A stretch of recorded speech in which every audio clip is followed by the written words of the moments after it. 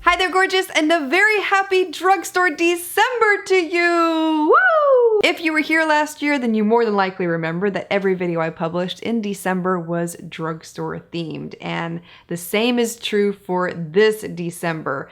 But we're doing it this year with a twist. Mondays, Wednesdays, and Fridays will be drugstore December, and Tuesdays and Thursdays will be dupe it December, where I will be sharing low-cost alternatives to high-end makeup.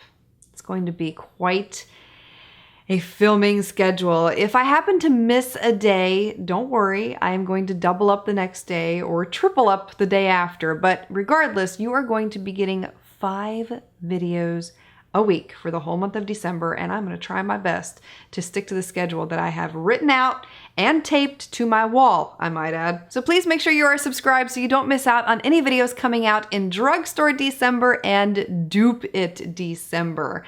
I couldn't think of a better video to kick off this month with than to share 4 new eyeshadow palettes with you that have come out recently from Wet n Wild. How did I find out about these? It was actually you. All of a sudden on Twitter, I had a lot of people asking me, have you seen those new Wet n Wild palettes? And I was like, what? What new Wet n Wild palettes? Turns out these little boogers are hard to find. I went to 7 different Walgreens to get all 4 of them. I did get lucky and I found the first 3 at the second Walgreens I visited, but that 4th one, that was an enigma. I could not locate it to save my life, but I did find it. So in today's video, I'm going to be showing you an up-close look at these palettes with swatches and mini tutorials of looks that you can create with these palettes. First eyeshadow palette I have to share with you from Wet n Wild is Stop Playing Safe. This palette is made up of 5 matte shades and 5 shimmer shades, and you get peaches in this palette with neutrals and some really bright colors with gold, green, and blue. One thing I want to mention that I noticed with all of these palettes is with the shimmer formulas, you have to dig your brush into the eyeshadow to get it to load up. If you simply swipe your brush over the eyeshadow, you're not going to get enough to apply. So that was the only thing that I've seen that's different from past Wet n Wild eyeshadow palettes. But when you get enough loaded up on your brush and you apply it onto the eye, like you'll see in the tutorials I'm showing you, you get an amazing pigment, and the color payoff is just, I'm speechless, it's so gorgeous. I really wanted to use the blues in this palette. So to create the look I'm showing you here, I took the lightest blue, applied it onto the inner half of the lid. Then I took the darkest blue from the palette and applied it onto the outer third of the lid. And this is one of the few shimmer shades that applied really well without having to dig into the eyeshadow. Then I took the light peach from the palette and applied it into the upper crease to use as my transition shade. And finally, I took the deepest transition shade at the bottom of the palette and used that to blend the blues up into the peach that I applied in the upper crease. I really wanted to intensify the eyes with a blue on the waterline, so I chose to go with LA Girl's Ultimate Eye Intense Stay Auto Liner in the shade Totally Teal, which these are excellent quality, by the way. If you're looking for a great eyeliner, you will love those. Simply gorgeous. This is one of those videos where I sat down today and I created look after look after look within a 4-hour setting. And that one was really hard to wash off, and I knew that was going to happen. I really hate when that happens. Second palette I have to share with you is called My Glamour Squad, and this is the most neutral toned out of all 4 of these palettes. This palette contains 4 shimmer shades and 6 matte shades, and for the most part, you get a warmer tone with a lot of the eyeshadows here. There are a couple cooler toned eyeshadows, but for the most part, it's a warm palette. For the look that I created with this palette, I took the top transition shade first and applied that into the crease. And for the application here, I used the Sedona Lace EB09 brush. And then I took this pink shade from the palette, which is so gorgeous. I absolutely love this, and applied it onto the middle of the lid. Very easy application with this one.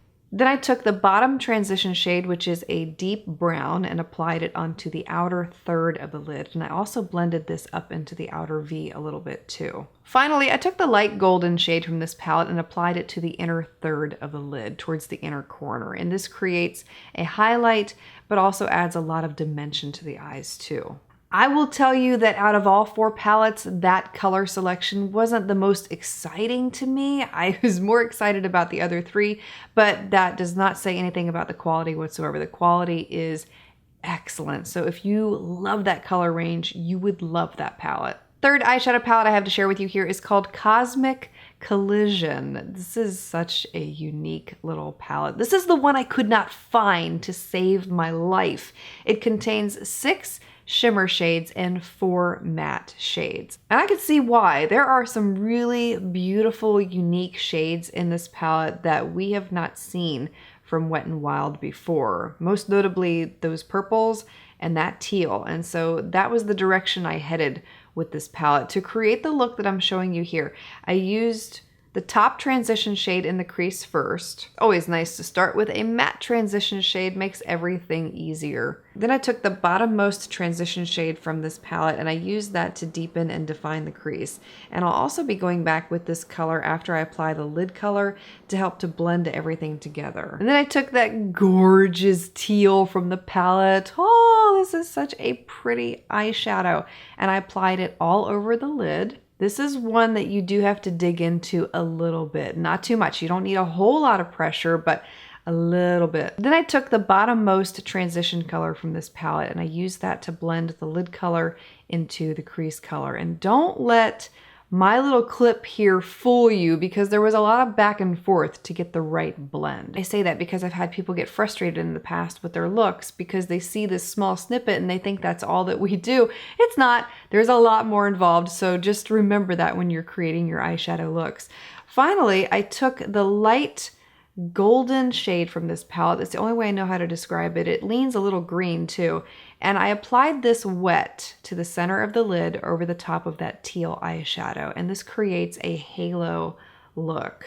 I did also add a green eyeliner onto the waterline. This is from Maybelline's Lasting Drama line in the shade Glossy Emerald. And I feel like it pulls the whole look together beautifully.